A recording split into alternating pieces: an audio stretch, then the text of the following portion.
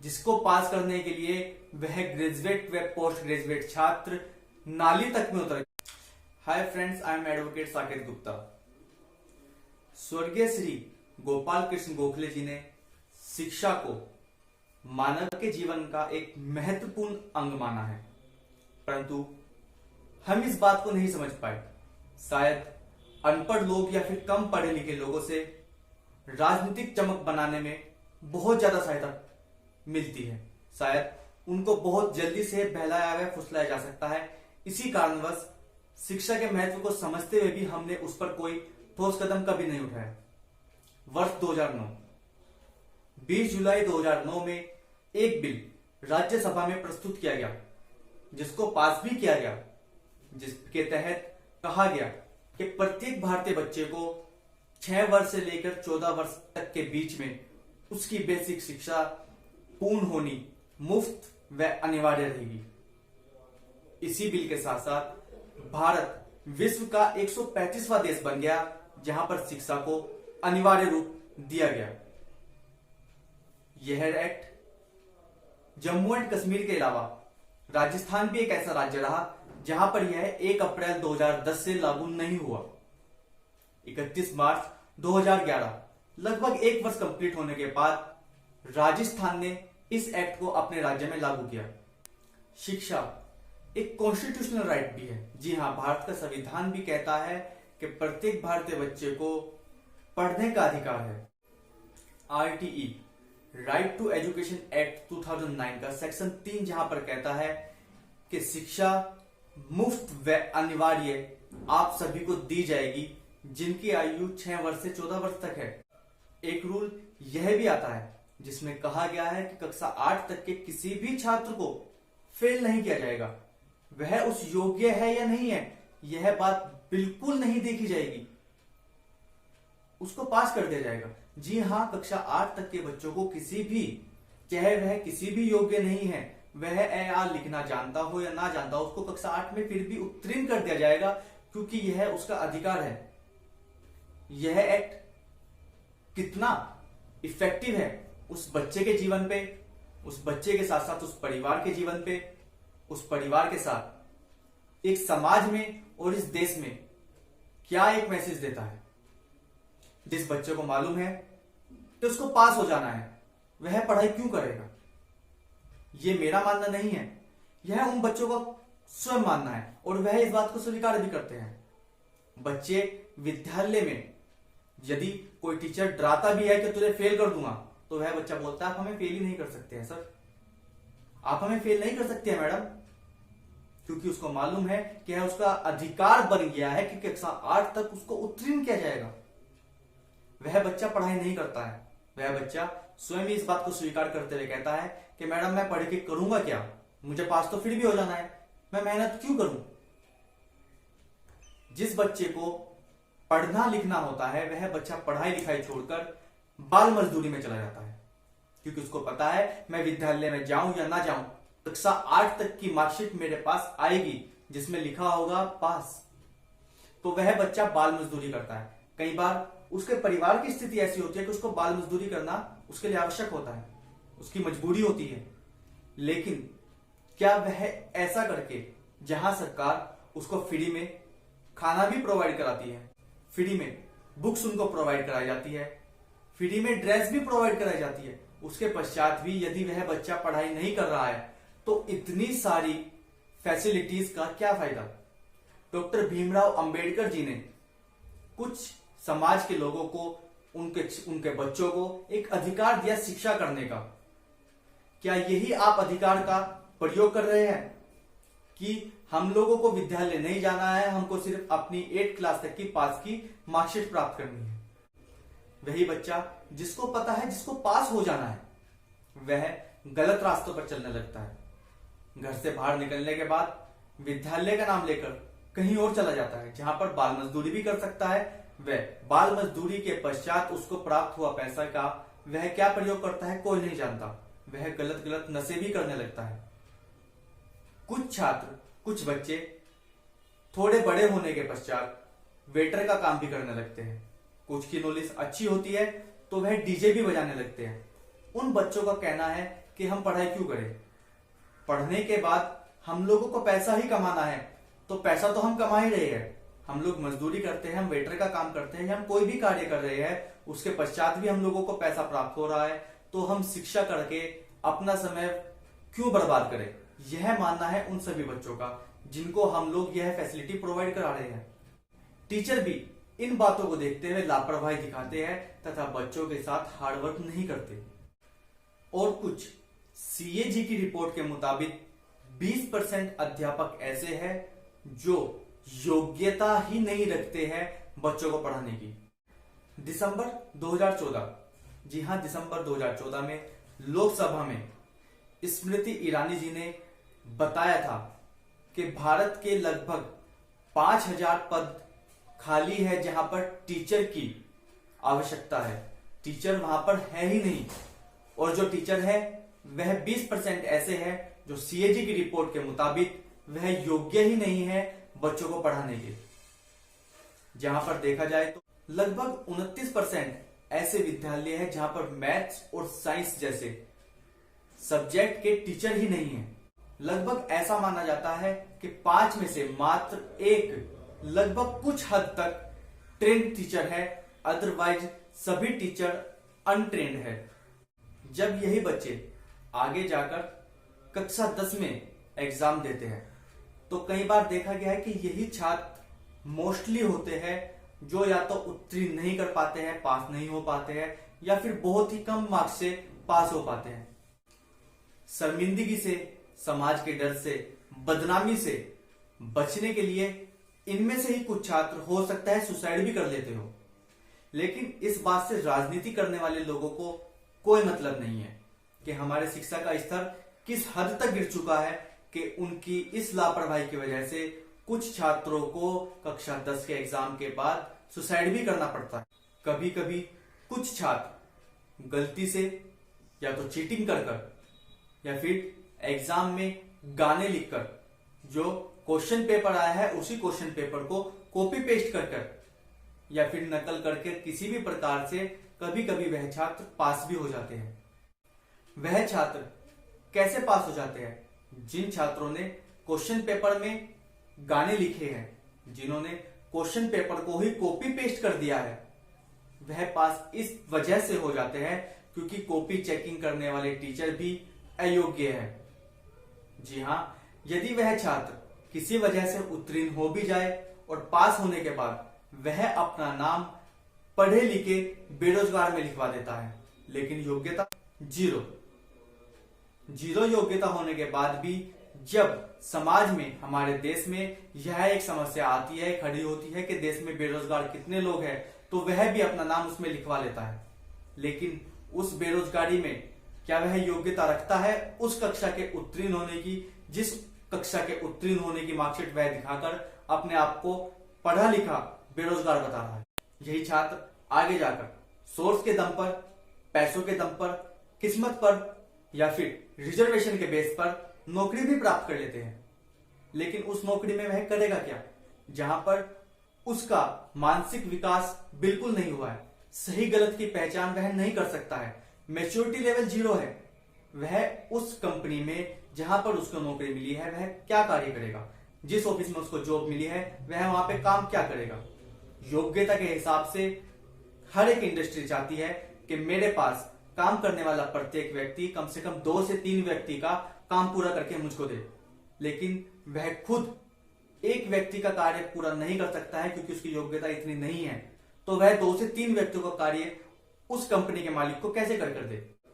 उन्हीं छात्रों को जब कभी भी छोटा सा भी लालच दिखाई देता है, क्योंकि उनको सही गलत की पहचान नहीं है, यह डिसीजन जो वो ले रहे हैं वह देश के लिए, समाज के लिए क्या एक गलत फैसला बन सकता है, यह उनकी सोच समझ से दूर होता है। इस वजह से वह गलत फैसले भी लेते हैं तथा कभी कभी इसी प्रकार के कुछ छात्र भ्रष्टाचार भी कर जाते हैं।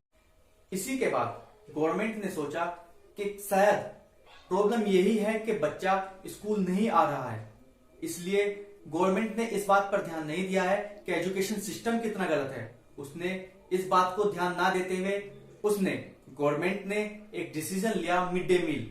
जी हाँ, मिड डे मील का एक डिसीजन लिया गया, जिसकी वजह से छात्रों की, बच्चों की उपस्थिति तो बढ़ी, लेकिन वह कुछ इतनी बढ़ गई कि जिस कक्षा में 30 छात्र बैठने होने चाहिए थे, वहां पर अब 60-60, 70-70 छात्र बैठे हैं। जिसकी वजह से यदि कोई टीचर योग्य है भी, वह पढ़ाना चाहे भी, तो भी जिस टीचर को 30 स्टूडेंट्स को पढ़ाना था, वह 60 स्टूडेंट्स को पढ़ाएगा, तो आप स्वयं समझ सकते हैं वह कितना अच्छे से पढ़ा पाएगा। वह अपनी योग्यता, अध्यापक अपनी योग्यता उन छात्रों को पूर्ण रूप से दिखाई नहीं पाता है। ऐसा नहीं है यह सिर्फ गवर्नमेंट स्कूल्स में है, ऐसा भी नहीं है यह सिर्फ बेसिक स्ट्रक्चर में ऐसा हो रहा है, यह बड़े लेवल पर भी हो रहा है। बड़े लेवल पर मतलब प्राइवेट स्कूल्स में, आगे जाकर ग्रेजुएशन लेवल पर भी ऐसा ही कुछ हो रहा है। बच्चों को ओल्ड एजुकेशन सिस्टम सिखाया जाता है, जहां पर पढ़ाया जाता है इतिहास। मानते हैं इतिहास एक आवश्यक अंग है, जिसकी नॉलेज होना बेहद जरूरी भी है, परंतु क्या आप लोगों को नहीं लगता है जिन बुक्स को हम लोग पढ़ते हैं या आजकल के बच्चों को जो बुक्स पढ़ाई जाती है, उनका अपडेट होना भी बेहद जरूरी है। उन बुक्स में आज के हिसाब से, प्रेजेंट के हिसाब से एजुकेशन मिलनी चाहिए। क्या आप लोगों को नहीं लगता है फ्यूचर के हिसाब से भी कुछ पढ़ा लेना चाहिए? जी नहीं, ऐसा हमारे देश की सरकार शायद नहीं सोचती है। इसी वजह से हमको अभी भी, उन बच्चों को अभी भी ओल्ड एजुकेशन सिस्टम ही पढ़ाया जाता है, जिसकी वजह से बच्चे को अगर कंप्यूटर भी चलाना सीखना है तो वह अपने दम पर एक प्राइवेट कोचिंग में जाकर सीखना पड़ता है। यदि कोई छात्र गवर्नमेंट एग्जाम देकर पास होना चाहता है, तो भी उसको कोई ना कोई प्राइवेट कोचिंग सेंटर्स ज्वाइन करने पड़ते हैं। भारत देश में सिर्फ और सिर्फ एजुकेशन की स्किल को ही, उसकी योग्यता को ही देखा जाता है। एजुकेशन से अलग कोई छात्र अच्छी रनिंग करता है, कोई छात्र अच्छी तीरंदाजी करता है, कोई छात्र अच्छी स्विमिंग करता है, अच्छी चेस खेलता है, इन सभी स्किल्स को बिल्कुल नजरअंदाज किया जाता है। उसके सिर्फ और सिर्फ पढ़ाई पर ध्यान दिया जाता है, जिसकी वजह से उसकी एक स्किल, जिसकी वजह से हो सकता है वह कल जाकर राष्ट्रीय व अंतरराष्ट्रीय जाकर गोल्ड मेडल भी जीत सकता है, उस स्किल को वहीं पर खत्म कर दिया जाता है। भारत में स्किल के नाम पर छात्र क्या करते हैं? या तो वह टिकटॉक बना रहे हैं, या फिर कुछ ऐसी एप्स डाउनलोड करते हैं जिसमें गेम खेलकर वह 10, 20, 50, 100 रुपए कमाते हैं। यह स्किल है। टिकटॉक पे वीडियो बनाना, या फिर पबजी जैसे गेम खेलना, या फिर कुछ ऐसी एप्स डाउनलोड करके 10, 20 रुपए कमा लेना, यही एक भारत के एक छात्र की, एक यंगस्टर की एक स्किल बनकर रह गई है। सरकार भी इस प्रकार से बिल्कुल सपोर्ट नहीं करती है जिस प्रकार से उसको सपोर्ट करना चाहिए। हमारे देश में स्टूडेंट्स को सपोर्ट करने के नाम पर 20,000 रुपए की लागत का लगभग लैपटॉप 10 लाख छात्रों को दे दिया जाता है। लेकिन क्या आपने सोचा है उस लैपटॉप को बांटने में लगभग सरकार का 20 अरब रुपया खर्च होता है। यदि वही सरकार यह सोचती कि इन छात्रों की आगे की पढ़ाई कैसे होगी, ठीक है, सरकार सभी स्टूडेंट्स को स्कॉलरशिप देती है, लेकिन जो छात्र गरीब है वह पुस्तक कहां से खरीदे? जी हां, यदि वही सरकार 20,000 रुपए की लागत का एक लैपटॉप ना दे, जिसके लिए उस सरकार ने 20 अरब रुपए खर्च किए हैं, उस सरकार ने यदि मात्र 5,000 रुपए की बुक्स उस छात्र को प्रोवाइड कराई होती, जिस छात्र को बीकॉम करनी है उसको बीकॉम की, बीबीए, बीसीए या जिस छात्र को जो भी फील्ड में कोई भी पढ़ाई करनी है उस फील्ड की अगर बुक्स उसको प्रोवाइड कराई होती, तो शायद वह बच्चा अपनी काबिलियत के दम पर 30,000 रुपए का लैपटॉप भी स्वयं खरीद सकता था। परंतु नहीं, राजनीतिक चमक बनाने के लिए सरकार ने 20 अरब रुपए तो खर्च किए, लेकिन शिक्षा के क्षेत्र में उन बच्चों के भविष्य को देखते हुए, देश के भविष्य को देखते हुए सरकार ने मात्र 5 अरब रुपए में, जो कि 5,000 रुपए के हिसाब से 10 लाख बच्चों में 5 अरब रुपए के हिसाब से सरकार ने उन बच्चों को बुक्स प्रोवाइड करना सही नहीं समझा। इस बात को देखते हुए सरकार ने एक बार फिर से अपनी आंखें खोली और 3 जनवरी 2019 में यह फैसला लिया गया कि अब छात्रों को पास करना अनिवार्य नहीं रहा है। जी हां, आरटीई 2009 के सेक्शन 16 के अंदर अमेंडमेंट कर दिया गया, जिसके बाद कहा गया कि कक्षा 8 तक के सभी छात्रों को पास करना अब अनिवार्य नहीं है। यदि वह योग्यता रखते हैं तो उनको पास किया जाए, अन्यथा अब विद्यालय उनको फेल कर सकता है। लेकिन आपको क्या लगता है, यह एक फैसला क्या शिक्षा के पूरे सिस्टम को चेंज कर देगा? क्या जो छात्र अब बाहर जाकर बाल मजदूरी कर रहा था, क्या वह विद्यालय में आकर पढ़ाई करेगा? जी नहीं, बिल्कुल भी नहीं। क्योंकि बच्चों की मानसिकता इस प्रकार की बन चुकी होती है कि उनको पढ़ाई अपने जीवन में कहीं भी महत्व दिखाई देती हुई नहीं दिखती है। उन छात्रों की मानसिकता बन चुकी होती है कि मात्र पैसा कमाने के लिए ही पढ़ाई की जाती है। वह बिना पढ़ाई किए भी तो पैसा कमा सकते हैं।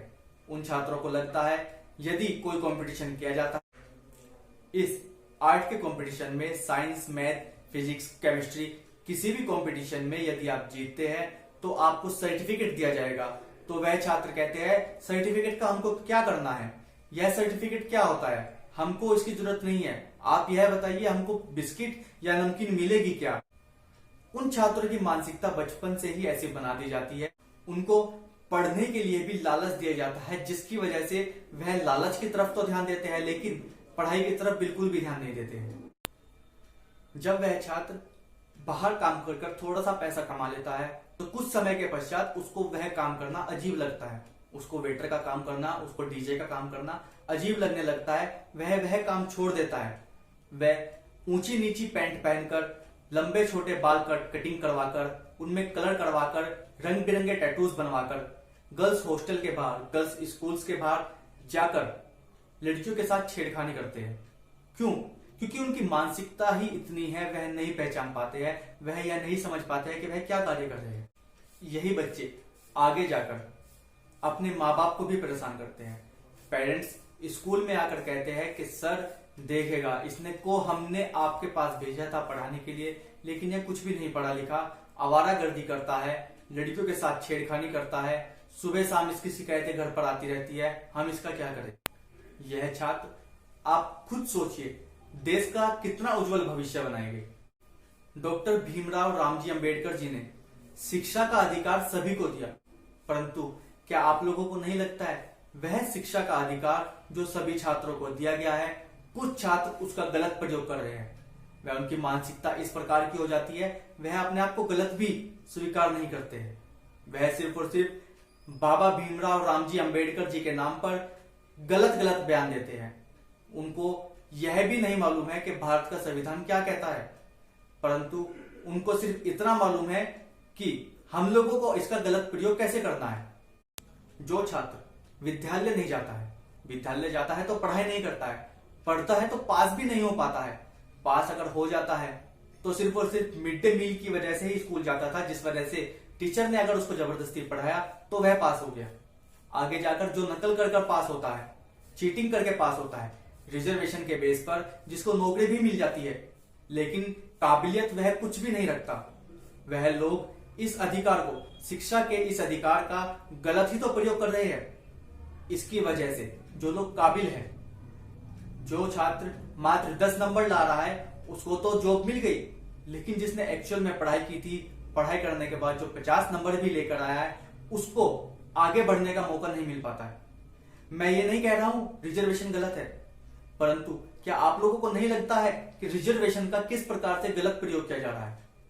क्या आपको नहीं लगता है एक तरफ आप उन छात्रों की तरफ तो ध्यान दे रहे हैं जिनको रिजर्वेशन मिल रहा है, लेकिन कभी क्या आपने उन छात्रों की तरफ भी ध्यान दिया है जिनको रिजर्वेशन ना मिलने की वजह से या फिर दूसरे छात्रों को रिजर्वेशन मिल जाता है, इस वजह से उनकी काबिलियत कहां जा रही है? देश का भविष्य जो छात्र बना सकते थे उन छात्रों को सपोर्ट नहीं मिल रहा है, और जो छात्र आगे जाकर भी कुछ नहीं कर पा रहे हैं उन छात्रों को सपोर्ट किया जा रहा है। यदि हम इस एजुकेशन सिस्टम को थोड़ा सा चेंज करें, चलो ठीक है, कक्षा 5 तक के हम छात्रों को फेल नहीं करेंगे, लेकिन उसका विद्यालय आना भी अनिवार्य है। सिर्फ और सिर्फ मिड डे मील के लालच में वह विद्यालय आएगा तो कभी भी नहीं पढ़ पाएगा। उसके अंदर एक लगन भी होनी चाहिए। उस लगन को बढ़ावा देने के लिए विद्यालय में उन स्टूडेंट्स की अदर स्किल्स पर भी वर्क करना होगा। नई एजुकेशन सिस्टम की प्रणाली को लागू करना होगा। कंप्यूटराइज एजुकेशन, लैपटॉप, मोबाइल जैसे इलेक्ट्रॉनिक गैजेट्स को यूज करना सिखाना होगा। आने वाले गैजेट्स के बारे में नॉलेज देना अति आवश्यक है। बुक्स को अपडेट करना होगा। इतिहास पढ़ना आवश्यक है, परंतु आने वाले टेक्नोलॉजी के बारे में नॉलेज होना भी बेहद जरूरी है। रिजर्वेशन की आवश्यकता कभी भी नहीं पड़ेगी उस काबिल छात्र को जो काबिलियत रखता होगा पढ़ने की, लगन रखता होगा पढ़ाई में। वह छात्र अपने आप में एक काबिल एक छात्र बनकर निकलेगा जो बिना रिजर्वेशन के भी अपने जीवन में एक अच्छा कार्य कर जाएगा। हमें भारत के इस एजुकेशन सिस्टम को चेंज करना होगा, वरना हमारे पास वही कुछ समस्याएं हमेशा हमारे सामने खड़ी रहेगी। अनएम्प्लॉयमेंट, अंडर एम्प्लॉयमेंट और करप्शन, क्योंकि इन तीनों कैटेगरी का एक ही रीजन है हमारे भारत के छात्रों की शिक्षा का सिस्टम। जब तक शिक्षा का सिस्टम उसको चेंज नहीं किया जाएगा, इसी प्रकार से छात्रों को जो काबिल नहीं है उनको पास किया जाएगा। वह आगे जाकर जो काबिल छात्र है उनको रोक दिया जाएगा और जो काबिल छात्र नहीं है रिजर्वेशन के बेस पर उनको आगे बढ़ा दिया जाएगा। इसका बेहद अच्छा मैं आपको एक एग्जांपल देता हूं। मुरादाबाद में वर्ष 2016 में ग्रेजुएट व पोस्ट ग्रेजुएट कुछ यंगस्टर्स लोगों ने एक एग्जाम दिया, जिसका फिजिकल एग्जाम भी उन लोगों ने पास करने की बहुत कोशिश की। जिसको पास करने के लिए वह ग्रेजुएट व पोस्ट ग्रेजुएट छात्र नाली तक में उतर गए। जी हाँ, यह एग्जाम था सफाई कर्मचारी का। यदि आप इस काबिल है, आप ग्रेजुएट है या फिर आप पोस्ट ग्रेजुएट है, तो आपको नाली में उतरकर सफाई करने की क्या आवश्यकता है? आपको क्यों इतनी जरूरत पड़ गई है कि आप ग्रेजुएट व पोस्ट ग्रेजुएट होने के बाद भी एक सफाई कर्मचारी के पद के लिए आवेदन कर रहे हैं? उसका फिजिकल एग्जाम क्लियर करने के लिए आपको नाले में उतरकर सफाई करनी पड़ रही है। क्या यह एजुकेशन सिस्टम की वजह से नहीं हो रहा है? क्योंकि वह छात्र जो काबिल नहीं है, जिसको पता है मैंने ग्रेजुएट या फिर पोस्ट ग्रेजुएट की डिग्री किस प्रकार से पास की है, मैंने या तो उसमें अंदर पैसे छिपाए थे, जिसको पैसे को दे उसने एक अयोग्य टीचर ने एक अयोग्य छात्र को ग्रेजुएट में पास कर दिया, या फिर आपने नकल करके पास की है। इनमें बहुत से छात्र ऐसे भी थे जो काबिल थे, लेकिन क्या वजह थी उन काबिल छात्रों को भी इस प्रकार का एग्जाम फॉर्म भरने की? क्योंकि जहां पर उनकी काबिलियत को बढ़ावा देना था, वहां पर सरकार ने उनको बढ़ावा बिल्कुल नहीं दिया। आपकी क्या राय है? इस एजुकेशन सिस्टम को किस प्रकार से चेंज किया जाना चाहिए? क्या आपको लगता है कि इन बुक्स को चेंज कर देना चाहिए, इनको अपडेट कर देना चाहिए? इन बुक्स की जगह कौन सी बुक्स का प्रयोग करना चाहिए, या फिर अपडेट करके किन चैप्टर्स की जगह कौन से चैप्टर पढ़ा देना चाहिए? या फिर उन टीचर्स का क्या किया जाए जो छात्र अयोग्य है, उस छात्र को भी वह पास कर देते हैं अध्यापक, क्योंकि वह योग्यता नहीं रखते हैं यह देखने की कि यह छात्र अयोग्य है। तो इस प्रकार के टीचर्स को भी किस प्रकार से उनको इस सिस्टम से अलग किया जाए, उसके लिए सरकार को क्या कदम उठाने चाहिए? आपकी इसके बारे में क्या राय है? अपनी राय मुझे कमेंट कर जरूर बताएं। बेसिक एजुकेशन सिस्टम को अगर चेंज किया जाए, उसको अपडेट किया जाए, उसको सही किया जाए, तो हो सकता है भारत के किसी भी छात्र को रिजर्वेशन की जरूरत ही ना पड़े। वह छात्र अपने आप में एक योग्यता रखता होगा, जिसकी वजह से उस छात्र को अपने जीवन भर में कभी भी रिजर्वेशन की आवश्यकता नहीं पड़ेगी। वह अपनी काबिलियत के दम पर आगे बढ़ता जाएगा। इस प्रकार के सिस्टम को चेंज करने के लिए सबसे पहले हम सभी लोगों को अपनी मानसिकता चेंज करनी होगी, उन छात्रों को अपनी मानसिकता चेंज करनी होगी, जिसके लिए इस वीडियो का उन सभी लोगों को देखना भी बेहद जरूरी है। इस वीडियो को शेयर करें ताकि उन सभी लोगों को, उन विद्यार्थियों को, उन छात्रों को, उन अध्यापकों को पता लगे कि वह जो कार्य कर रहे हैं वह कितना गलत है, जिसकी वजह से देश का नुकसान कितना होता है। आपकी इस बारे में क्या राय है? कमेंट कर जरूर बताएं। वह यह कमेंट कर जरूर बताएं आज के मेरे इस रियलाइज टू रियलाइज में आपको यह वीडियो कैसी लगी। कमेंट करना, लाइक करना व सब्सक्राइब करना बिल्कुल ना भूलें।